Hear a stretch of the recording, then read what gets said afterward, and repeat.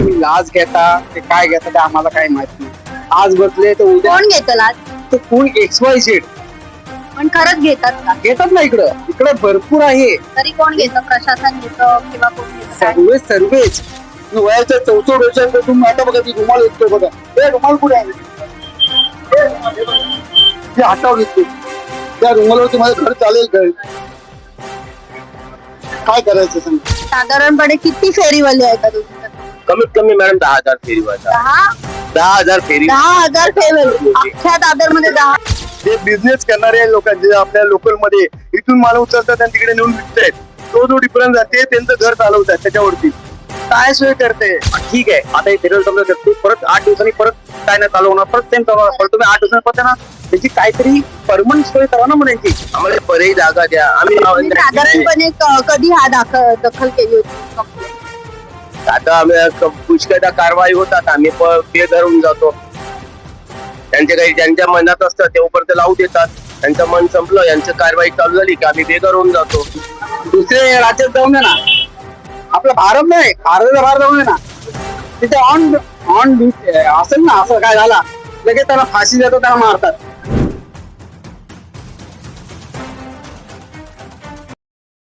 नमस्कार, ओळखलं मी कुठे उभी आहे?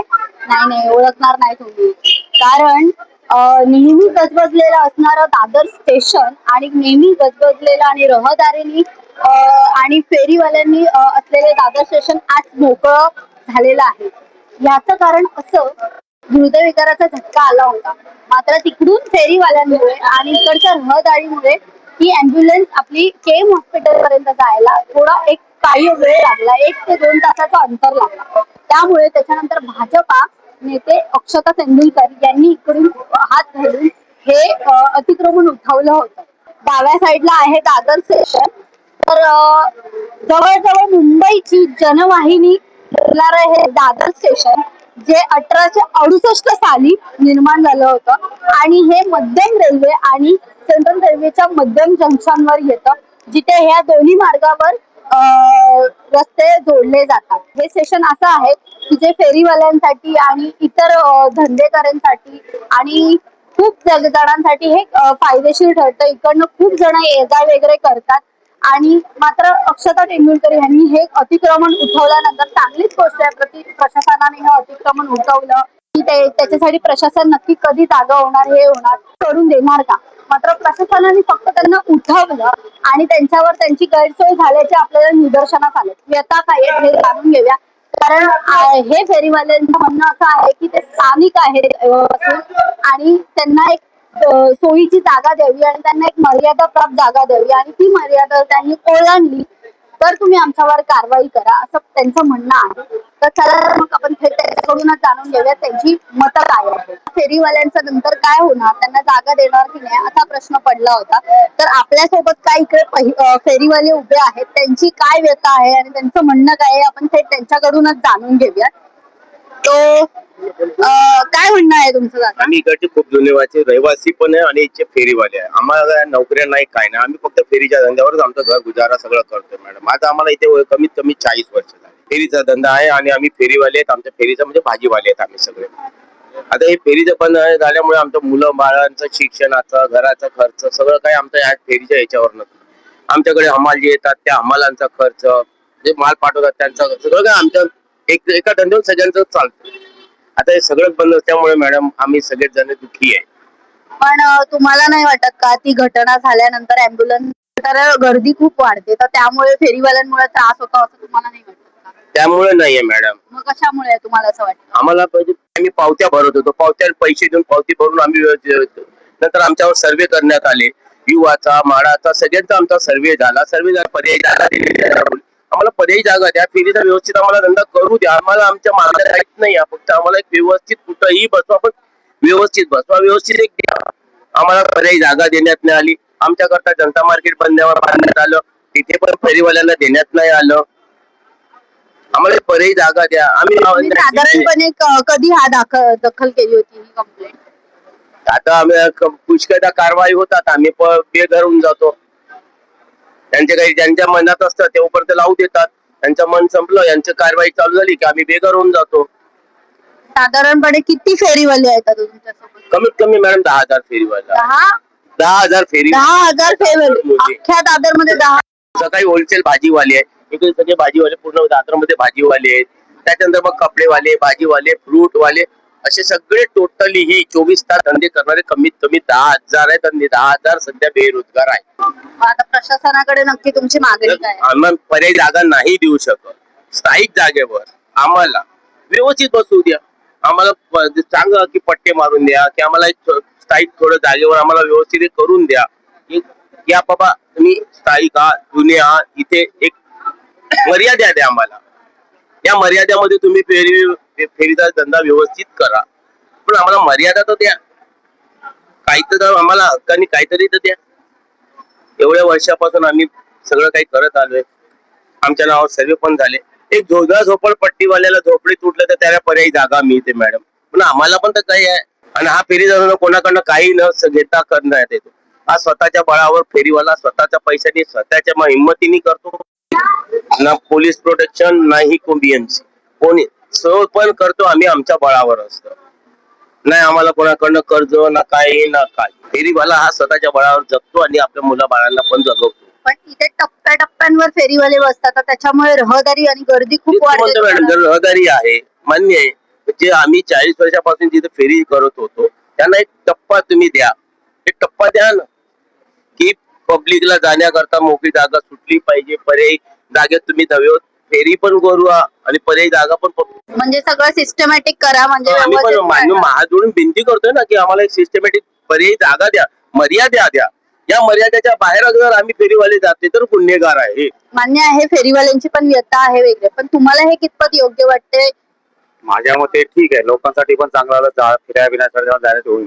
पण हे 40-50 वर्ष जे फ्रीवर आहे त्यांना एवढं वर्ष का ठेवलं तेव्हा पण लक्ष नाही दिलं. त्यांचा पोटापाण्याचा प्रश्न आहे, त्यांची काही दुसरी सोय करा ना. आज तुम्ही उद्या ते काय करतील, त्यांना पोटाचा प्रश्न आहे ना.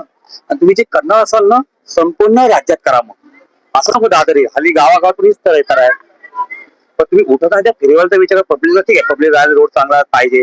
पण 40-50 वर्ष नोकरी असे नाही की काल परवा आले नोकरी करत. आज त्यांचा याच्यात भविष्य आहे, त्यांच्या मुलांचं आहे, सगळ्यांचं आहे. त्याची सोय काहीतरी करा, नंतर तुम्ही घ्या. असं नाही ना. आणि परत ठीक आहे आता हे फेरीवाला समजा परत 8 दिवसांनी परत काय नाही चालू होणार, परत सेम चालू होणार. पण तुम्ही 8 दिवसांनी परत ना त्यांची काहीतरी परमनंट सोय करा ना. मग त्यांची तर ते धंदे लावणार परत तुम्ही उठवणार. पण त्यांना पण द्या ना त्यांचा विचार करा. आज ठीक आहे 1-2 40-50 वर्ष तुम्ही सर्व्हिस करता ना, इकडे धंदे करतात सगळं. हा मग सगळ्यांचा पोटापासून सगळ्यांचा विचार आहे. पब्लिकचा विचार केलाच पाहिजे 100%. त्यांना सांगा पब्लिकसाठी बाबा वेगळी जागा किंवा काय त्यांना एक साईडला काय काहीतरी करा ना. प्रशासनाने नक्कीच त्यांचा पुनर्वसनाचा विचार केला पाहिजे. त्याचबरोबर दादर सारख्या एरियामध्ये जेव्हा सामान्य जनतेला जी वस्तू दुकानामध्ये 1000 रुपयाला मिळते ती इथे 200 रुपयाला मिळते म्हणून लोक येतात. इथे सकाळी 4 वाजल्यापासून लोक जमा होतात. सामान्य माणूस येतो, श्रीमंत कोणी येत नाही. उठवणं सोपं आहे, पुनर्वसन करणं महत्वाचं आहे. आणि जर का हे उठवले त्यानंतर जर तुम्हाला दुकानात जावं लागलं तेव्हा आम्हाला तिथे 1000 रुपये द्यावे लागणार आहेत. ह्या गोष्टीचा पण विचार झाला पाहिजे. ही लोक दिवस रात्र मेहनत पण करतायत, लक्षात घ्या. असंच नाहीये हे कुठल्याही जाती धर्माचे असो, पण ते नक्कीच मेहनत करतायत. आज मुंबई सारखं शहर हे असं आहे, जी मुंबई अशी म्हटली जाते की जिथे मेहनत करणारा उपाशी राहू शकत नाही. आणि ते खरं इथे सिद्ध होतं. मग तो देशातला कुठलाही माणूस इथे येऊन पोट भरतोय. आज आपण म्हणतो की हा ह्या धर्माचा, ह्या जातीचा, ह्या बोलण्याचा त्याचा काही संबंध नाही. इथे मेहनत करतायत आणि त्यांना त्याचा पुरेपूर त्यांची व्यवस्था. आता आपण यांना सर्व फेरीवाल्यांना उठवलं किंवा फुलवाल्यांना उठवलं रस्त्यात बसतात. नक्कीच प्रवाशांना किंवा येणाऱ्यांना सोय व्हायला पाहिजे. पण असं नाहीये की ते करताना पूर्ण बाकी लोकांना त्रास होईल. म्हणजे जसं आता ही मार्केटिंग लाईन झालेली आहे पूर्ण. दादर म्हटलं म्हणजे मार्केट नाही, किंवा तुम्ही डोंबिवली घ्या किंवा तुम्ही अंधेरी घ्या.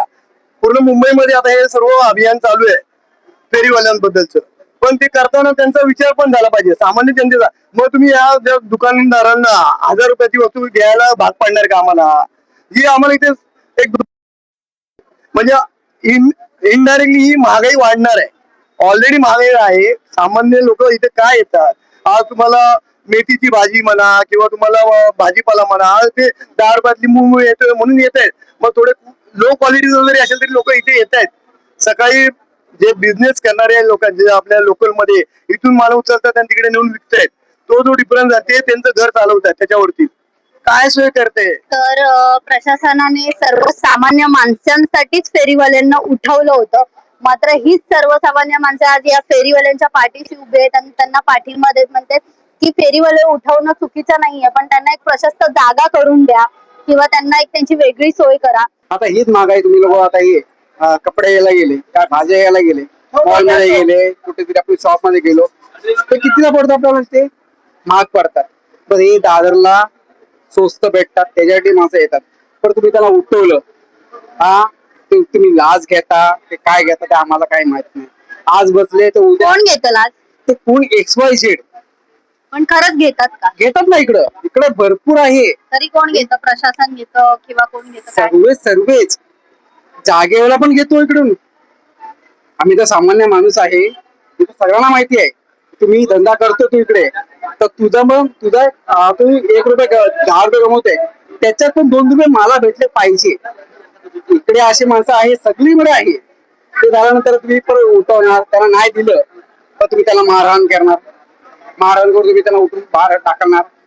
परत तुम्ही आज बंद केला, पूर्ण मार्केट बंद आहे. मग अशी BMC गाडी घेऊन गेली. आता परत 2 तासानंतर बघा तुम्ही उठून बंद करून परत चालू करताय. मग त्यांना एक जागा तरी द्या, नाही त्यांना एक पब्लिकला येणारा एक रस्ता ठेवा आणि धंदा करण्यासाठी एक जागा ठेवून द्या. ते तेव्हा तिथे धंदा करू शकतात आणि पब्लिकला एक जाऊ शकतात. मध्ये महिलांच्या पण धक्काबुक्की होतात, त्यांना त्रास होतो, परत पब्लिकला इथे त्रास होतो. त्याच्यासाठी तुम्ही काहीतरी पुढे करा. आता ट्रेन मध्ये पण काय करतात, महिलांवरती त्रास होतो. आता पब्लिक इथे दादर चालतात ना, ते कोण कशा असतो माहित नसतो. धक्काबुक्की करतात, हे करतात, त्याच्यावरती तुम्ही काय करत नाही. ते धंदा करतात त्याच्यावरती तुम्ही ऍक्शन घेताय. हा आपल्या बहीण लहान मुलगी पण आहे ना, तिच्यावर ते बलात्कार होत आहेत. त्याच्यावर यांचं डोकी नाही चालत. हे कर त्याला ते कर. आता हे दुसऱ्या राज्यात जाऊन दे ना, आपला भारत नाही, भारत जाऊन दे ना, तिथे ऑन ऑन ड्युटी असेल ना, असं काय झाला लगेच त्याला फाशी देतात, त्याला मारतात. हा मग इकडे काय ना तुम्ही लोक करत, त्यांना ऍक्शन घेऊन जातात, त्याला घेऊन जातात. परत तुम्ही त्याला 2 तास ठेवता, त्यांच्याकडून तुम्ही काय XY करता, तुमचा घेता, मी सोडून देतात पब्लिक.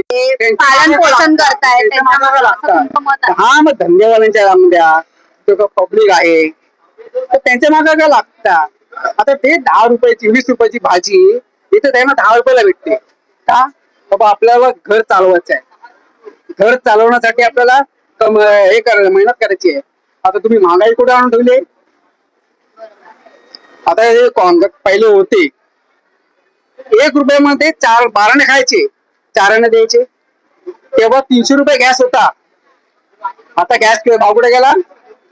तर माणूस विचार करतो, बाबा हे पैसे कसे जमा करायचे, पैसे कसा ठेवायचे, बस वाचवायचे. मग परत त्याच्यासाठी आपल्याला कसा 1 रुपयाची भाजी घेतली त्याला आपण ते करतो.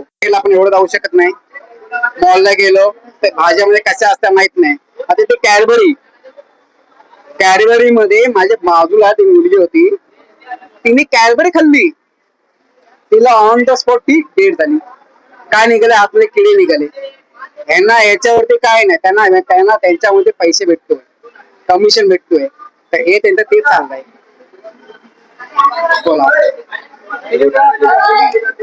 महागाई आज तर वाढलेलीच आहे आणि जी गोष्ट आपल्याला दुकानात आणि कुठे बाहेर मॉलमध्ये जरी म्हणला किंवा साध्या दुकानात जरी म्हटला तर ती 1000 आणि 1200 आणि वर 1000च्या वर जाते, ती आपल्याला इथे स्वस्त दरात भेटते दादरला. तर ते का घेऊ नयेत. आणि ह्या फेरीवाल्यांना आम्ही फक्त त्यांना हे करायला, त्यांना शिकवायचंय, चांगल्या शाळेत टाकायचं, त्यासाठी आम्ही त्यांना हे करतो. आम्ही असं नाही म्हणत की आमच्यामुळे गर्दी होते किंवा काय नाही. आम्हाला पाहिजे तर एक छोटी मी गेल्या 45 वर्षी स्थानिक आहे. आता जागेवर पैसे आणायचे कुठे, ते सर्व कुठं की इथे स्थानिक फिरवर, पण आम्ही स्थानिक आहे. माझा जन्म वाडी हॉस्पिटलला झालेला आहे. मी ते इकडचं स्थानिक आहे, मग आम्ही जायचं कुठे, स्थानिकांनी कुठे जायचं, तोच माझा प्रश्न. हे बोलतात स्थानिक स्थानिक, मग स्थानिकांनी जायचं कुठे. म्हणजे जे प्रशासन बोलतात इकडच्या स्थानिकांना त्रास होतो, पण तुम्ही स्थानिक इकडचेच बोलतात की आम्ही तरी काय करायचं, आम्ही आमच्या पोटा पाण्यावर हा धंदा आहे ना. मग आता आम्हाला कुठे नोकऱ्या कोण देणार काय या वयामध्ये? मुलं माझे लहान आहेत, शिकतात. त्यांचं कसं काय? तर मी लग्न लेट केलं. लवकर लग्न केलं असतं तर माझे मुलं मोठे झाले असते. मग आता मुलं पण लहान आहे ना. निदान ते लोक सेट होईपर्यंत. हो, मग सेट मध्ये कमी घेते 5-6 वर्ष लागतील. पेटीवाले पाहिजे. पण आम्ही तर स्थानिक आहे ना. माझ्याकडे वाड्या हॉस्पिटलचा जन्म झाला, माझ्याकडे हे आहे, सर्टिफिकेट आहे. मग आता त्यांना कुठला स्थानिक पाहिजे? म्हणजे इकडे बाहेरच्या परप्रांतीयवरून आलेले फेरीवाल्यांना तर उठवलाच आहे, पण स्थानिकांना पण उठवलेला आहे. अहो, आता परप्रांतीय कोण? आता जो मुंबईमध्ये 15 वर्ष राहतो तो स्थानिकच झालेला आहे. आता माझे मुलं मोठे झाले तर मी एवढ्या धावपळ केली नसती ना. मी वयाच्या 64 वर्षापासून आता बघा मी रुमाल विकतो. बघा हे रुमाल कुठे आहे? हे हातावर विकतो. त्या रुमालावरती माझं घर चालेल काय करायचं सांग? कुठे जायचं? आम्ही जायचं का बांगलादेश मध्ये विकायला? सांगा बरं. आमच्यावर कारवाई करा आणि आमच्यावर हे करा असं त्यांचं म्हणणं आहे. मात्र प्रशासनाचं ह्याच्याकडे लक्ष नाही आणि भलतीकडेच लक्ष आहे. प्रशासन राजकारणच करत चाललंय आजपर्यंत असं ह्या सर्वसामान्यांचं म्हणणं आहे. तुम्हाला काय वाटतं हे आम्हाला कमेंट करून नक्कीच सांगा. आणि अशा नवनवीन अपडेटसाठी पाहत राहा साऊथ मुंबई न्यूज, चेहरा मुंबईचा. मी तनुश्री सनस, व्हिडिओ जर्नलिस्ट अक्षता खवळे सोबत. धन्यवाद. साऊथ मुंबई विभागातील घडामोडी जाणून घेण्यासाठी साऊथ मुंबई न्यूज चॅनलला लाईक, फॉलो, शेअर आणि सबस्क्राईब करा आणि बेल आयकॉनवर क्लिक करून ऑल करायला विसरू नका.